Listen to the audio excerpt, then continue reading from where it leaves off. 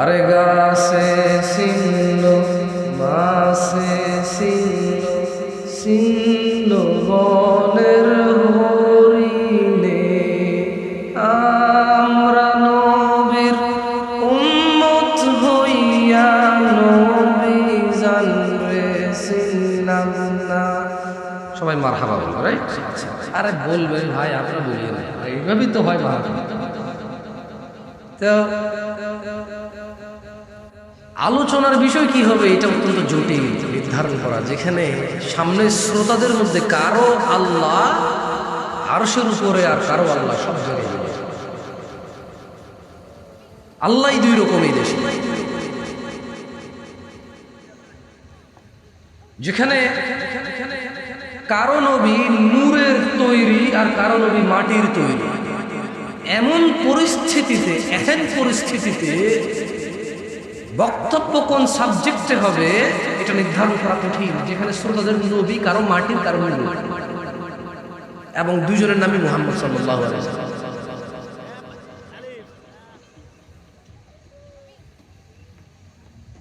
যেখানে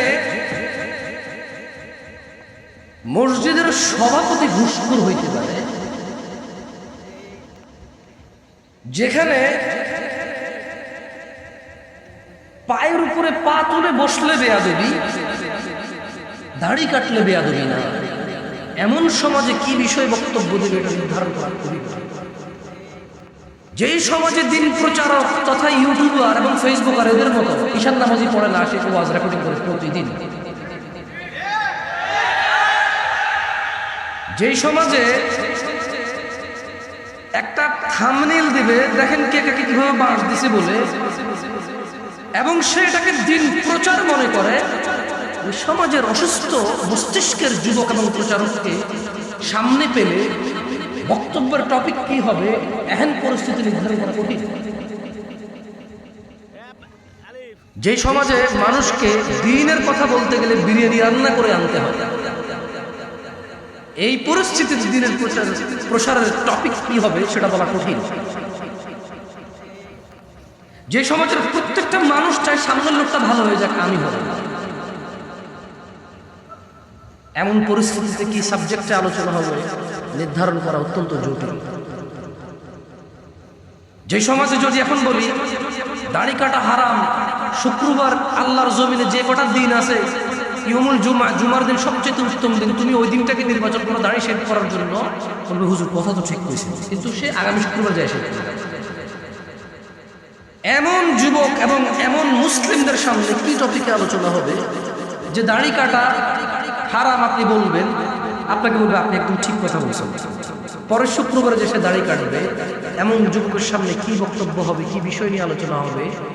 এমন পুরুষের সামনে যে পুরুষ চিন্তা করে মেয়ে বিয়ে দিয়ে নাতি নতুন হয়ে গেলে নানা হয়ে গেলে দাঁড়িয়ে দাঁড়াবে, এখনো বয়স হয় নাই, যে সমাজের মানুষের 14 বছর বয়সে দাঁড়িয়ে ওঠে, সে দাঁড়িয়ে রাখবে 50 বছর বয়সে সিদ্ধান্ত।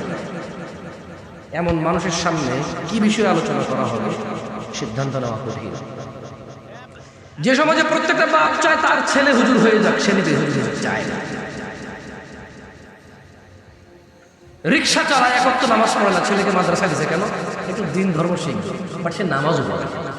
যেই সমাজের বাপেরা মনে করে তার ছেলে আলেম হওয়া উচিত, বাট তার না, তার হওয়ার দরকার না, এমন বিকৃত মস্তিষ্কের মানুষের সামনে সিদ্ধান্ত, বাজে সিদ্ধান্ত নেওয়া মানুষগুলোর সামনে বক্তব্যের আলোচনা কি হবে বলা মুশকিল, অবশ্যই বলা মুশকিল। যেখানে 50,000 টাকা দিয়ে বক্তা আসবে, অন্য বক্তা কি ভুল বক্তব্য দিয়ে গেছে সেটা প্রচার করবে, অথচ এই মানুষগুলোকে একটা সুন্নত শিক্ষা দিয়ে যাবে না, শ্রোতারা এতে অভ্যস্ত হয়ে যাবে এবং ওইটাকেই দিন প্রচার মনে করবে। এই ধরনের শ্রোতার সামনে বক্তব্যের সাবজেক্ট সিদ্ধান্ত খুবই কঠিন সিদ্ধান্ত নেওয়া। যে সমাজে লেকচাররা আসবে আমল শিখাবে, এটা না করে লেকচাররা আমল করায়। আমি আপনাকে বলবো সুবহানাল্লাহ বললে আসমান আর জমিন মধ্যবর্তী খালি জায়গা পরিপূর্ণ হয়ে যাবে নেকিতে, আপনি সুবহানাল্লাহ পড়েই। আমি এটা না করে আপনাকে বল আমি পড়াচ্ছি এখানে, অথচ আমার উচিত আপনাকে এটা শিখিয়ে দেওয়া এবং আপনি যখন তখন পড়াবেন। যেখানে আমি আপনাদেরকে বলবো যে লা ইলাহা ইল্লাল্লাহ সর্বোত্তম জিকির। সর্বোত্তম কি জিকির? সেখানে আমি আপনাদেরকে এই জিকিরটা না শিখি, আপনাদেরকে জিকির পড়াই। সবাই বলেন লা ইলাহা, জিকির করাইছি, শিখাই। এখান থেকে বের হওয়ার পর আর কেউ জিকির করে না। মনে করে হয়ে গেছে, আগামী বছর ওয়াজ আবার একবার করব। জিকির হয়ে গেছে হজের মতো, বছরে একবার আসে। এমন পরিস্থিতিতে মানুষের সামনে বক্তব্য দিয়ে মানুষকে সন্তুষ্ট করা, মানুষের পছন্দের বিষয়ে কথা বলা খুবই কঠিন, খুবই খুবই কঠিন।